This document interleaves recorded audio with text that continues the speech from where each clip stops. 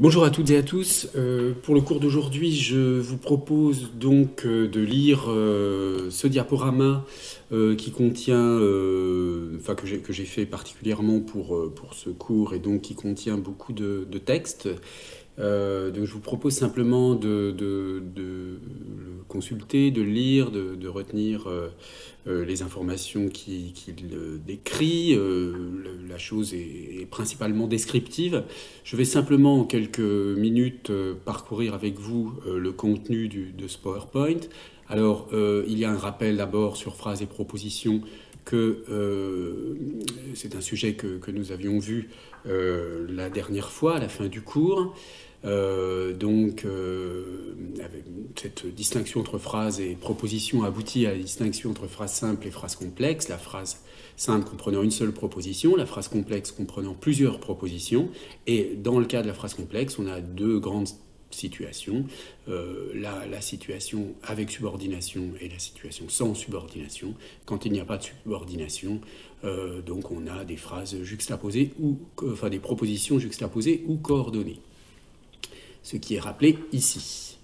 Ensuite, donc, je vous avais proposé cet exercice que nous corrigerons lors de la prochaine séance par Zoom. Et ensuite, on a une série d'informations de rappel sur les types de phrases et sur les formes de phrases.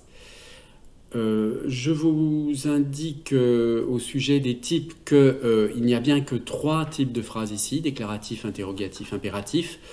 On avait l'habitude parfois dans les anciennes traditions grammaticales d'intégrer dans les types de phrases l'exclamation, qui est, vous le voyez ici, considérée comme une forme de phrase pour la bonne et simple raison que la forme exclamative n'est pas du tout n'est pas du tout une caractéristique obligatoire comme le sont les types de phrases déclaratifs, interrogatifs et impératifs. Alors donc, vous avez plusieurs formes de phrases, négatives, passives, exclamatives et emphatiques, qui sont indiquées ici avec 3 sortes de formes emphatiques, extraction, détachement, et puis la combinaison des deux, extraction et détachement.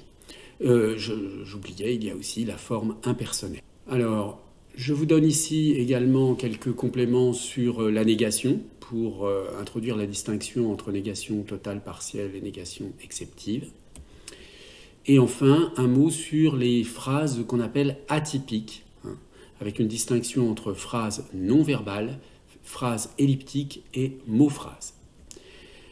L'ensemble de ces informations aboutit à un deuxième exercice qui consiste à examiner les types et formes de phrases dans le texte suivant, en s'attachant bien sûr principalement aux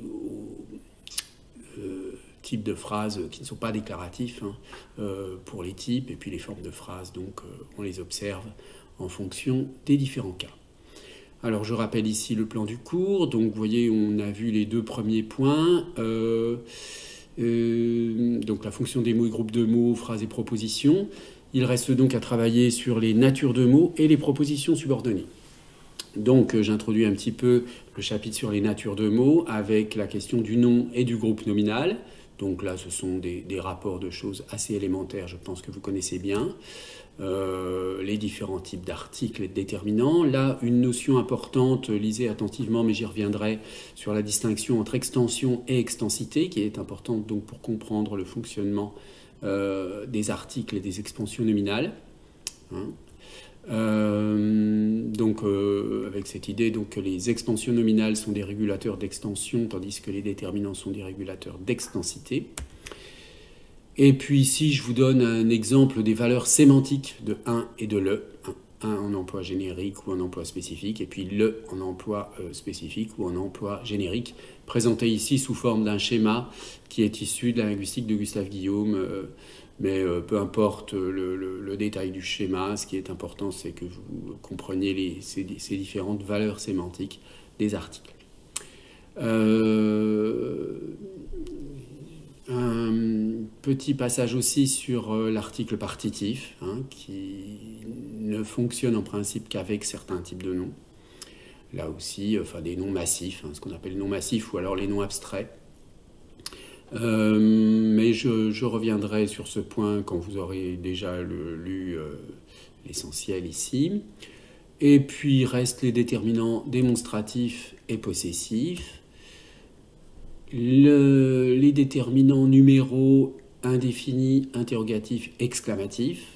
Là, ce sont, je pense, pour vous surtout des simples rappels. Et je termine avec cet exercice d'identification des déterminants. Voilà, donc nous reviendrons sur les exercices et quelques-unes de ces notions la prochaine fois.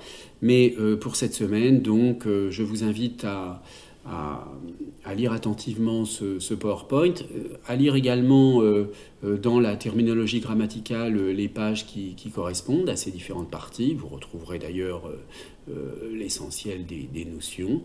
Et puis donc, la semaine prochaine, nous nous retrouvons en direct pour un cours sur Zoom. Voilà, bon courage et bonne semaine. Au revoir.